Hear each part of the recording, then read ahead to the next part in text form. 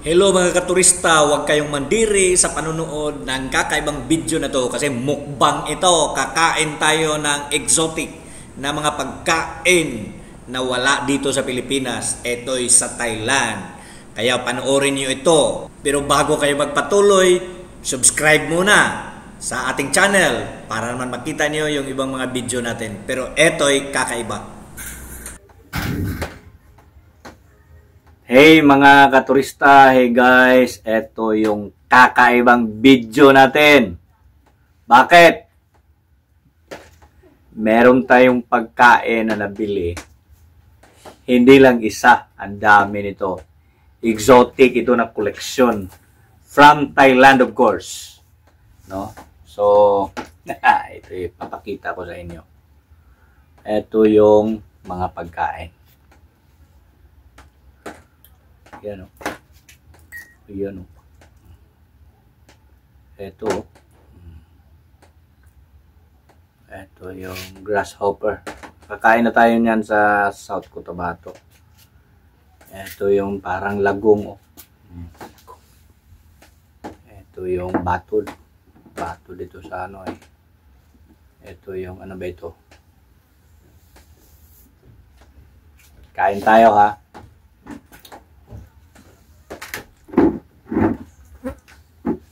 Sarap. Simula tayo sa maliit.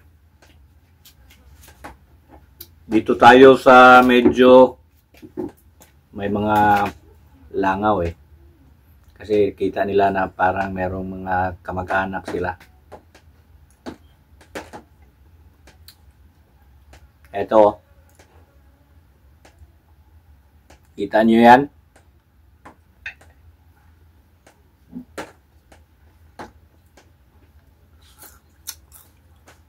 Sarap. Pangalawa yon. Describe. Pangatlo ito. Oh. Pupa. Pupa yata ito. Pupa.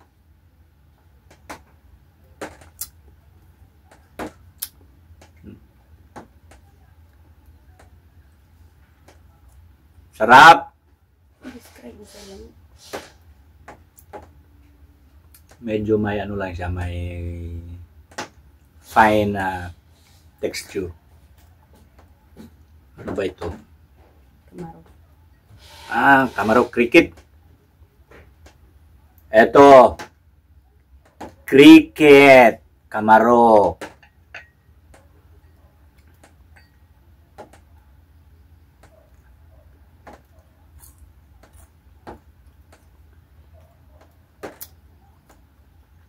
Sarap. Parang ano bang taste? Basta hindi ko ma-compare. Kasi original taste siya eh. Ito na naman. Pang ilan na yon? 1, 2, 3, 4. Ito, ano ito? Comment down sa section kung ano ito. Mahina ako sa biology eh. Dr. Mogot, alam itong mga ano na ito. Ayaw ka na. Sikada.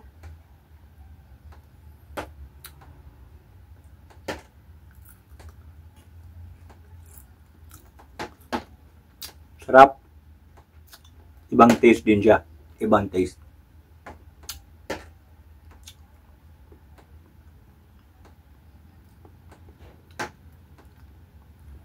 Ito na naman. Bato dito, di ba? Yung sa mga niyog. Di ba? Anong pangalan nito? Mahina ako sa ano eh.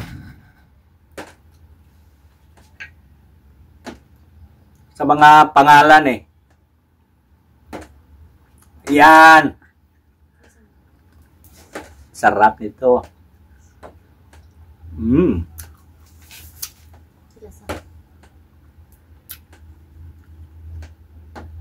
Medyo malambot siya eh. Sarap. Chewy.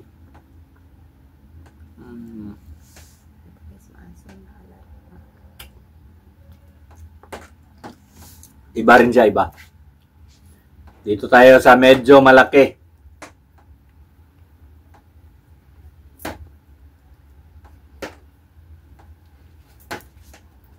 Grasshopper ito. Malaking Malaking grasshopper eh. Malaking grasshopper.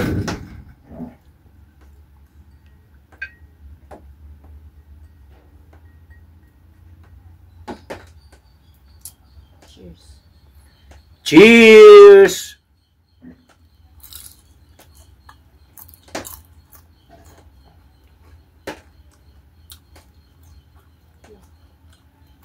Huwag nyo namang masyadong i-trending ito. Baka naman magmukbang ng vlog ko.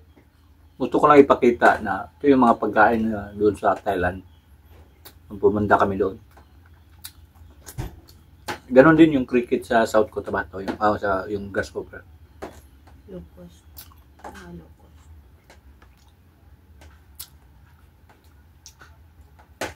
Ano yun, no?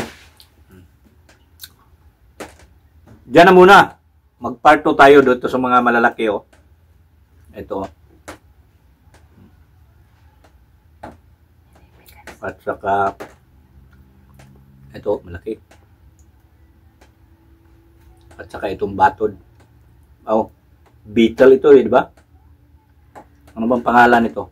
Yung mga scientific name nito. Ito yata yung na-discover ni Rizal, pero hindi, sa dapitan yun eh. Yun. So, yung dalawa na ito. Yan na muna ha. Panoorin nyo muna yung first video. Second video. Ito yung mga malalaki.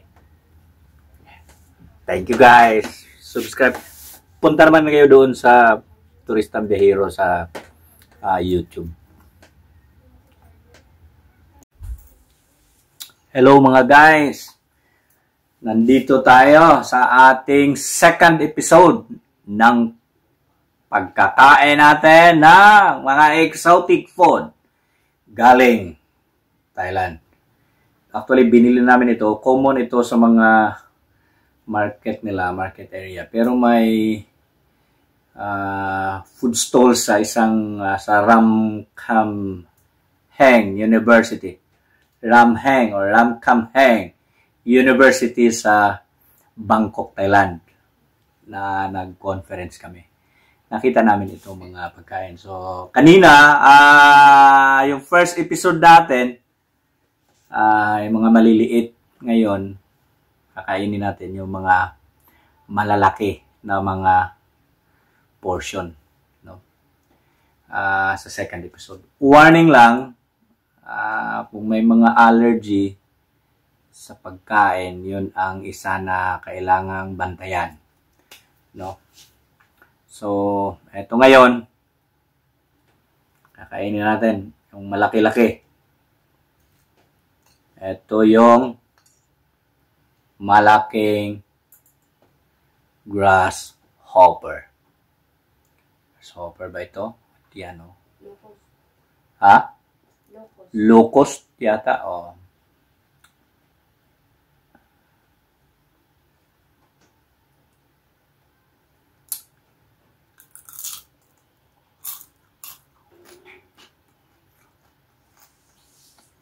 Crunchy. Pareho rin sa maliit na mga mga kinakain doon sa South Cotabato. Pero parang Stronger ang flavor. parang crabs yung paa, pero hindi naman crabs talaga.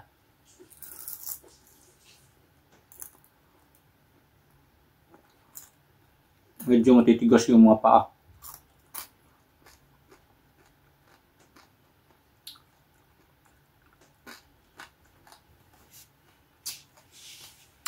Sarap din, masarap. Masarap. Ito yung malaking cricket. Gangis yata. Ano ba ito? Comment down sa comment section kung ano ito. Hindi ako kasi sanay sa mga pangalan eh. Lalo na yung mga scientific name. Muntik akong bumagsak sa biology ko sa college.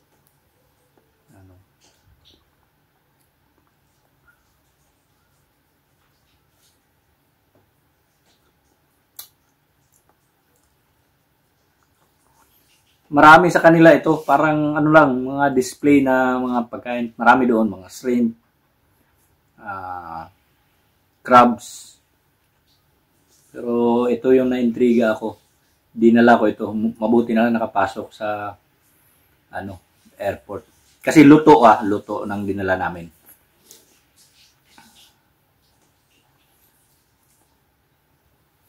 Ito.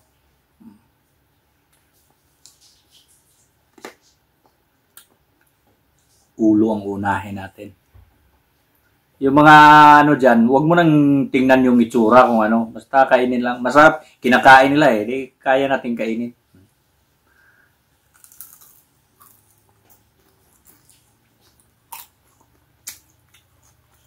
Si Boy Tapang dapat pumunta doon sa Thailand para kumain ng mga ganito. Boy Tapang. Sarap! Pare-pareho yung mga taste nila. Kailangan may vinegar suka para pang sa flavor. Asin din.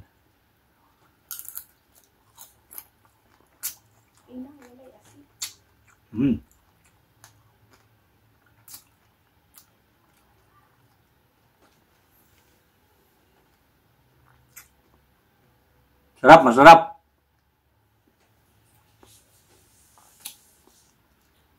Ito yung sa mga malalaki beetle. Bakukang. Bakukang na.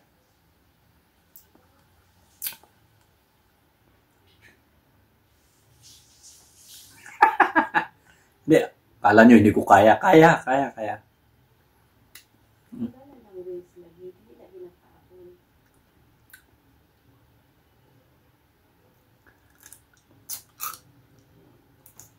Matigas ang ulo eh.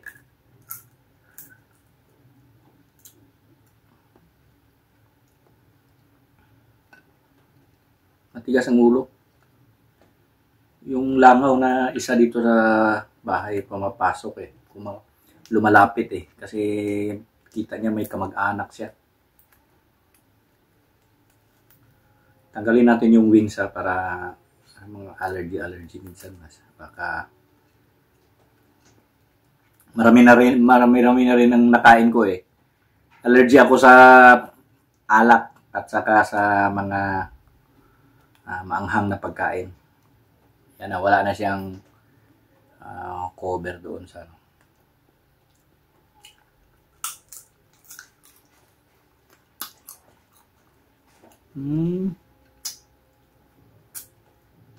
May mga matitigas na part. Kasi matigas naman yung katawan niya eh. Masarap din. Actually, parang pagkain Pilipino rin. Pero sa kanila siguro, kukunti. Pero mga ito eh, mga culture dito ng mga mga insekto.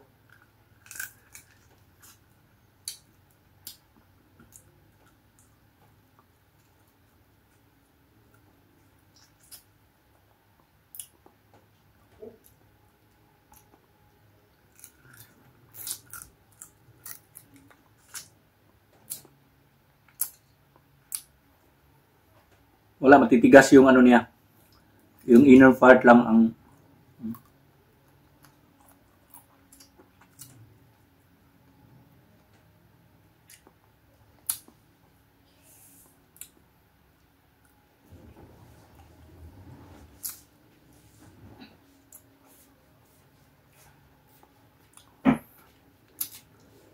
bukas family day.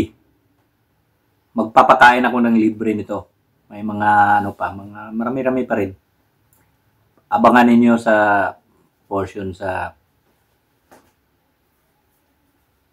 USTP na lang o kaya sa Limkit Kay. I-announce ko mamaya kung saan ako magpapakain. Taste lang taste. O. Iniingatan din natin yung may mga allergy. Baka naman magka-allergy kayo. Uminom kayo ng cetirizine bago kayo magtikim. hanggang dyan lang muna guys. Abangan nyo yung susunod na balita natin kung saan tayo magpapatikim nito. Family Day celebration. Let's enjoy being one family. Tasting exotic food from Thailand. Hello guys. Katatapos natin kumain ng yung mga exotic na food galing sa Thailand. No, medyo namula-mula ako, no, kasi may allergy na mga sa mga alcohol at saka yung sa mga malalamig at saka maanghang na mga pagkain, no. So medyo sumakit rin yung lalamunan ko, yung throat ko, at saka yung mata ko ano ba yung parang medyo mabigat, no, parang inaantok, no. And then may mga issue doon sa diarrhea sa Cagayan de Oro, no. May mga food poison daw, so in-advise ako na hindi na ituloy yung pagpapakain sa publiko, no, yung mga pagkain na yon, no. Siguro dahil na rin sa